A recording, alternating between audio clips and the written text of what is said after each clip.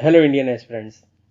एक दो दिन से न्यूज़पेपर में खबर आ रही थी कि इंडिया चाइना के बीच में क्लैश हुआ है, लेकिन कल 12 दिसंबर को भारत सरकार ने ऑफिशियली इस बात की कंफर्मेशन दे दी है कि भारत और चाइना के बीच क्लैश हुई है। लेकिन इसमें चाइनीज सोल्जर, जो 600 चाइनीज सोल्जर हमारे तवांग सेक्टर जो अरुणाचल प्रदेश का है उसके अंदर एंटर करने की कोशिश कर रहे थे, लेकिन हमारी बहादुर भारतीय सेना वहाँ खड़ी रही, डटी रही और उनको वहाँ से खदेड़ दिया पीछे की तरफ।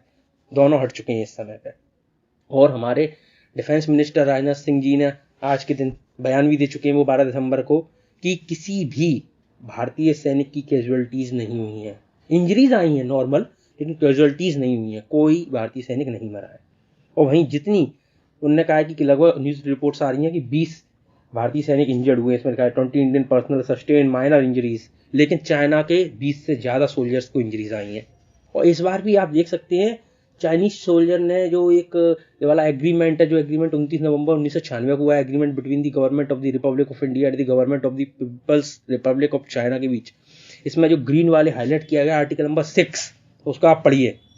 उसमें साफ साफ लिखा है कि किसी भी तरीके के हथियार का यूज नहीं होगा। तो चलिए, चाइनीज आर्मी ने हथियार का तो यूज किया नहीं, किसी भी वेपन्स का, लेकिन उन्होंने इतने घटिया वेपन्स यूज करे हैं पहले की तरह। आप देख सकते हैं इस तरीके के घटिया वेपन्स उन्होंने फिर यूज करे हैं। बार्ब्ड वायर, जो कांटे के तार लगे रहते हैं, चीलने वाले सरिये, इस तरीके के घटिया वेपन्स। लेकिन इस बार इंडियन आर्मी फुल प्रूफ तैयार थी। इंडियन आर्मी ने भी पलट के पूर्ण रूप से अच्छे से जवाब दिया पहले की तरह। पहले जब ये लोग लेके आए तो इंडियन ने पहली बार देखे थे उन्होंने वेपन्स, ऐसे वाले घटिया वेपन्स। उनको लगा भी नहीं था भारतीय सेना को ऐसे घटिया वेपन्स चाइना यूज कर सकता है। इस तरीके के वेपन्स चाइना ने यूज किए थे। इस बार भी चाइना ने इसी तरीके के घटिया वेपन्स यूज करे हैं, लेकिन इस बार भारतीय सेना ने ईंट का जवाब पत्थर से होगा, इस तरीके से जवाब दिया है। आपको मालूम होगा पिछले बार लगभग जून 2020 की बात है, तब चाइना कहाँ पे, हमारे गलवान वैली वाले क्षेत्र पे एंटर किया था। ये वाले क्षेत्र पे देखिए, यहाँ पे मैप में गलवान वैली, यहाँ पे क्लैश हुई थी। तब भारत ने करीब उनके 20 सोल्जर्स, रिपोर्ट भी आई थी भारत के 20 सोल्जर, लेकिन अमेरिका ने कई बार अपनी रिपोर्ट भी निकाली है बाद में कि चाइना के लगभग 40 से ज़्यादा सोल्जर्स की डेथ हुई थी। लेकिन चाइना ने क्लेम तक नहीं किया, अपनी जनता को मालूम भी नहीं पड़ने दिया अपनी बेइज्जती के कारण। अब कई सारी न्यूज रिपोर्ट्स ये भी बात कर रही हैं कि अभी भारत और चाइना मिले G20 में, अभी कुछ ऐसा व्यापार भी वो दोनों देशों को बहुत अच्छा चल रहा है। मगर फिर एकदम से चाइना को क्या हुआ कि चाइना ने फिर से क्लैश करना आरंभ कर दिया।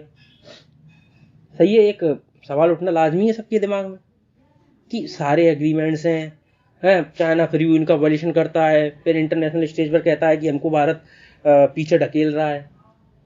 मतलब समझ में ही नहीं आ रहा किसी को। तो इसके ऊपर कई सारे एनालिस्ट, मैंने इनके बारे में देखा था, उनकी रिपोर्ट्स कल के दिन आ रही थी, तो मैंने उनको कई बार पढ़ा उनके बारे में, उनकी जो डिबेट्स हो रही थी कई सारे जगह पर।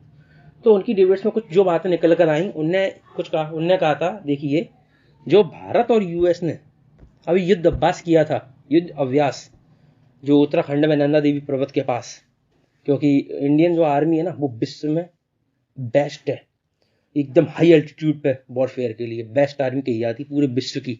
चाहे अमेरिका हो, चाहे चाइना हो, रसिया, कोई भी आर्मी इतनी बेस्ट नहीं जितनी इंडियन आर्मी है।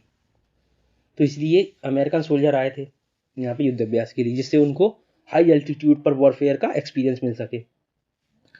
और वहाँ पे चाइना ने अपना दर्ज की थी आपत्ति, आपको ध्यान होगा। चाइना ने इसी एग्रीमेंट, जो एग्रीमेंट है ये वाला मैं दिखाऊँ, इसी एग्रीमेंट का हवाला दिया था कि आप इस एग्रीमेंट का उल्लंघन कर रहे हैं। लेकिन रेड कलर से देखिए, मैंने साफ साफ लिखा है आर्टिकल नंबर 4 में क्या लिखा है। If either side conduct a major military exercise, कोई भी साइड अगर कंडक्ट करती है मेजर मिलिट्री एक्सरसाइज, तो close to proximity of LAC के पास, फिर इसके नीचे एक लास्ट लाइन देखिए, close to LAC in the Indo India China border areas, it shall give the other side prior notification. दूसरी साइड को एक प्रायर नोटिफिकेशन देना पड़ेगा उसे, मतलब पहले से इंफॉर्मेशन देनी पड़ेगी कि हम यहाँ पर एक्सरसाइज कर रहे हैं, अभ्यास कर रहे हैं। तो जो चाइना क्लेम कर रहा था ना कि भारत गलत कर रहा है, इस आर्टिकल का वॉल्यूशन कर रहा है, किसी भी तरीके से आर्टिकल का वॉल्यूशन नहीं है, भारत एकदम सही कर रहा था। ठीक। और उन्होंने कहा इसके अलावा एक और कारण ये हो सकता है, ये तो हो गया पहला कि भारत और यूएस के बीच में टाइज बहुत अच्छे हो रहे हैं, धीरे धीरे बढ़ रहे हैं यूएस के और भारत के टाइज। दूसरा कारण कहा जा रहा है कि इस समय पर चाइना के अंदर बड़े पैमाने पर प्रोटेस्ट हो रहे हैं, जिनका नाम है व्हाइट पेपर प्रोटेस्ट। जो चाइना की जीरो कोविड पॉलिसी है उसके विरोध में लोग व्हाइट पेपर प्रोटेस्ट कर रहे हैं। एक सफेद कागज, कोरा कागज दिखा रहे हैं। इसका कारण है, कोरा आपने सुना भी होगा, क्योंकि यदि आपने उस कागज में कुछ भी लिखा, कुछ भी, चाहे वो कम्युनिस्ट पार्टी के खिलाफ हो या नहीं हो, आपने वो कागज दिखा दिया और उसमें कुछ भी लिखा है, कुछ भी इंडिया लिखा है, चाइना लिखा है, कुछ भी, उनको कोई मतलब नहीं है, आपको उठा के जेल में डाल दिया जाएगा। इसलिए वहां के लोग कोरा कागज, उन्होंने कहा कोरा कागज पे तो हम करेंगे, इस पे तो कुछ लिखा नहीं है, हम तो कोरा कागज पकड़े, तो इसलिए इसको व्हाइट पेपर प्रोटेस्ट कहा जा रहा है। तो चाइना के अंदर शी जिनपिंग की जो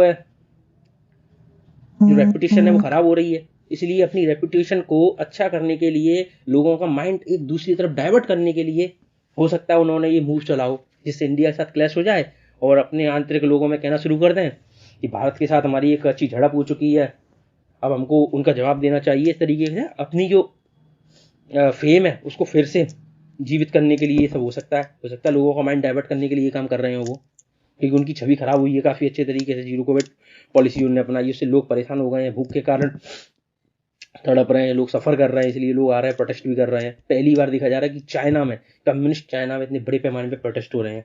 अदरवाइज चाइना में आप प्रोटेस्ट देखेंगे नहीं कभी, कुचल दिया जाता है। आपको ध्यान होगा तियानमेन स्क्वायर 80s की बात है, उसको हाँ आई थिंक 80s की, हाँ, पूर्ण रूप से टैंक से कुचल दिया गया था चाइना ने, और उसकी हिस्ट्री आज तक मिटाने की कोशिश कर रहा है चाइना, कि कहीं भी किसी भी बुक में उसकी हिस्ट्री ना मिले।